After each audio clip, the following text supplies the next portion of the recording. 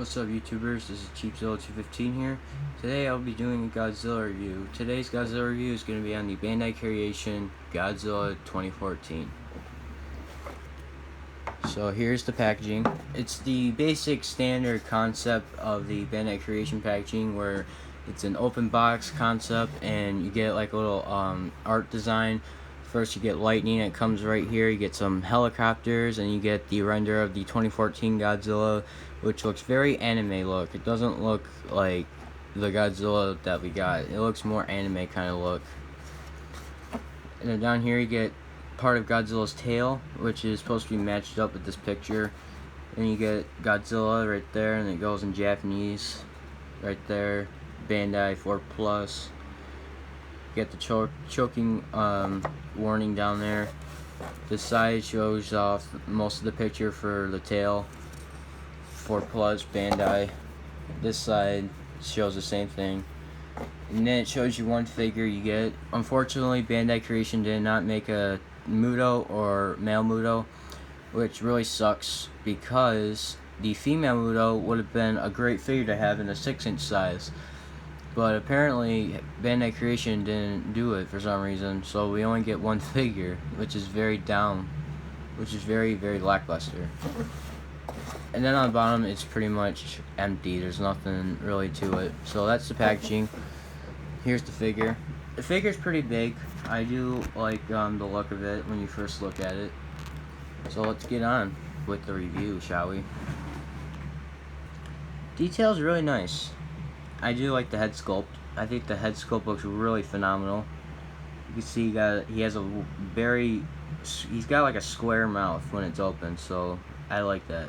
And you get the skin flaps on his mouth when he opens his mouth. You get them skin flaps. Those are really cool. Nice teeth. He's got a GMK look to him with the eyes like that.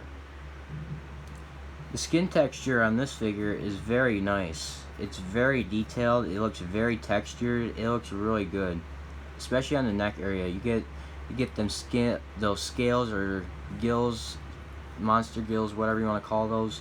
Those are nicely detailed, and especially the neck feeling. I love how it feels when you rub it. It feels very nice.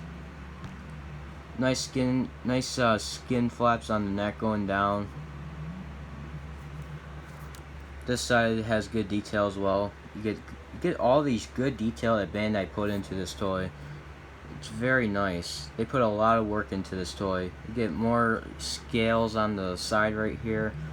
And you come down to his arms, which are a little bit too small. I mean, I thought the 2014 Godzilla had big arms and hands. Well, mostly the entire arms were big, so this guy has small hands. So I don't know what was up with that, but everything is nice. Detail on the chest right here, it looks really very nice.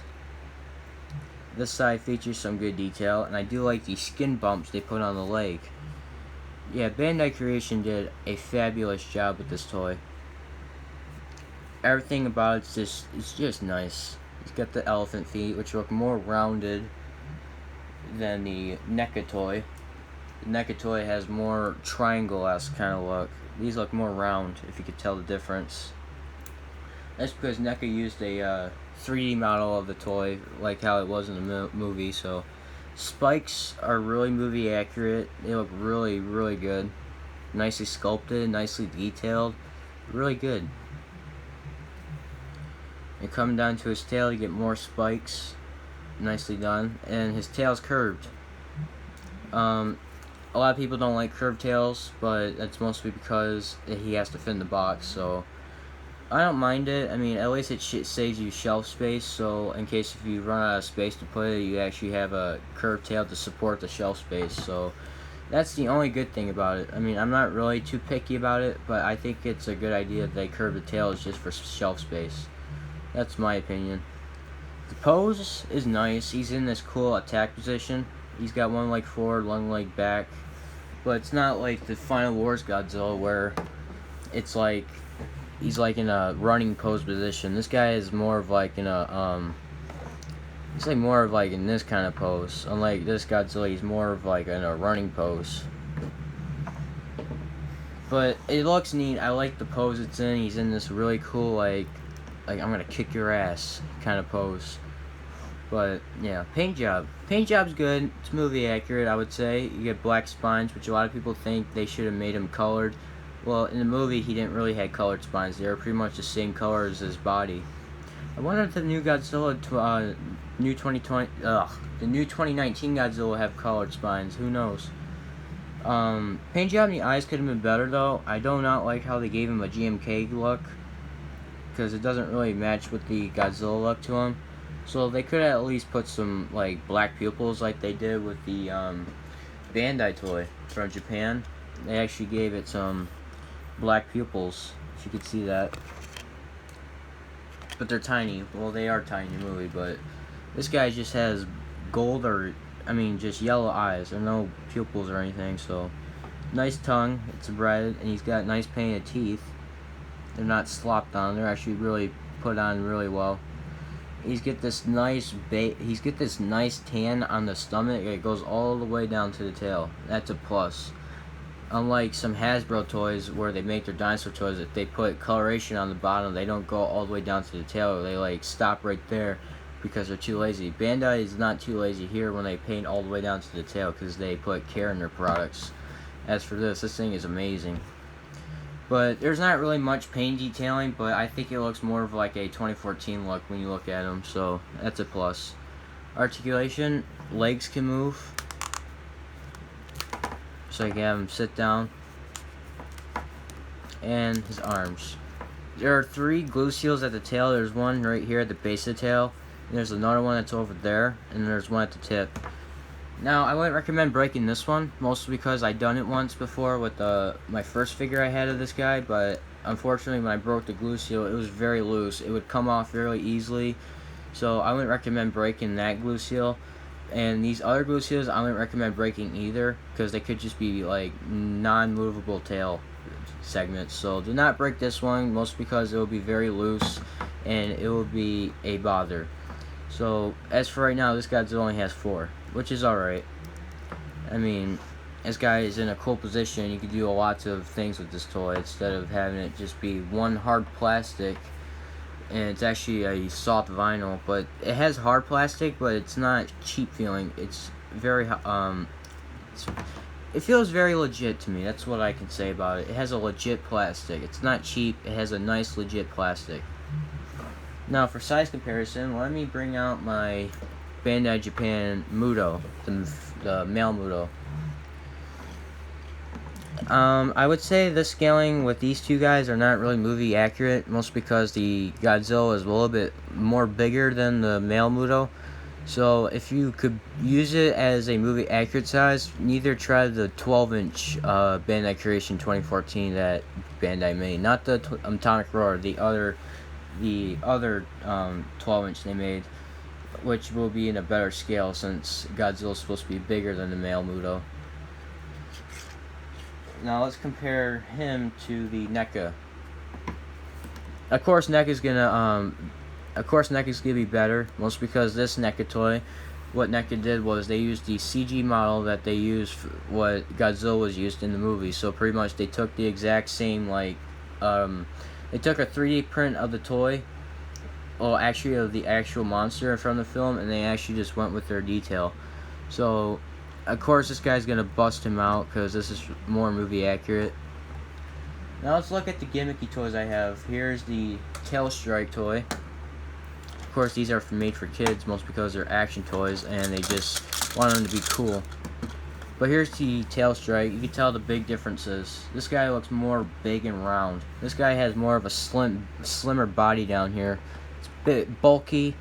This guy's a little bit bulky. This guy's way too bulky. But at least they got everything correct on the Tail Strike. But this is the size. It's pretty much the exact same size. I mean, they got the same height to them. They got the same body-wise. So I would say these things could be compatible since they're the same size. Although this toy doesn't like to stand. Now let's take a look at the Smash Strike. Smash Strike's a little bit taller, mostly because of this big gap he has. But if it was more slimmed into the figure, he would be like at least the same size. But as far as that big gap, he's pretty much taller. These guys are pretty much the same lecture, same size, almost same body type. So these go well together as well. the Bandai Japan 2014 Goji probably won't not, since this figure looks way too small. This guy, it's not way too small. It's just a smaller version of a toy than to the others that we got. So this guy doesn't really go well because he's got more of a small head. He's got smaller spikes, even though this guy's got bigger arms, which is actually correct. Unlike this guy, he's got them tiny arms. Whoops. But this guy's got more accurate arms since they're more bigger. So, compatible wise, I would say this could be like more of a, I guess you could say, of a female Godzilla or something like that. This could be the male Godzilla, whatever you want to do that. But I just feel like this figure is just a little bit way too small, even though this guy's got a long tail. But that's because they use tags instead of boxes, so that's why they make him bigger, so they can get good figures with tails. And last but not least, this is a figure I like to compare with, is the Final Wars Godzilla from Bandai Curation as well. Now, I just love to put these things side by side because they look really compatible together. If it was a movie type deal, I would say no, because this Godzilla is slightly larger. Well, if this Final Wars Godzilla is 100 meters and this is what, 108 so meters, point something. So I would say, yeah, this would be more movie type scale, since this Godzilla is a little bit slightly taller than this Godzilla, which is more accurate in my opinion. So if you would use this in a movie someday, I would say go for it, since it's more movie type scale. And they just both look really compatible together. That's my opinion. I mean, I think these guys fit very well together. I mean, I think they just look really cool side by side to each other. I mean, it's just really cool. Final thoughts, it is a cool figure. I do recommend you buying him, which I think everyone bought this guy when it came out. It is a cool toy. I do like the detail. I really appreciate how Bandai Creation did this toy. I think everything they did with it was just a complete straight up A+. That's what I'm going to give it, is a perfect A+. I have no problems with that at all, except for the GMK eyes, which I do plan on fixing in the future. But as everything else goes, I think I would recommend picking them up. So when these things were on store shelves, which I guess Bandai decided to discontinue them, this guy was pretty much like in the same price wise, $12.99. But I remember getting mine when it came out, so I was happy to buy him, and I was really excited to see him. So yeah, A+ for the toy. I do like it a lot. I think it's probably a good 6-inch figure to have for a Godzilla 2014. It beats the gimmick toys. That's my opinion, but I don't think the NECA toy can beat it, since the NECA is more detailed and more like screen accurate to the film. But as everything else goes, pick it up, buy it. You won't regret it. It's a cool toy to have, and you would just appreciate it. Alright, that was my review on this toy. I hope you enjoy it. I hope you guys have a good day.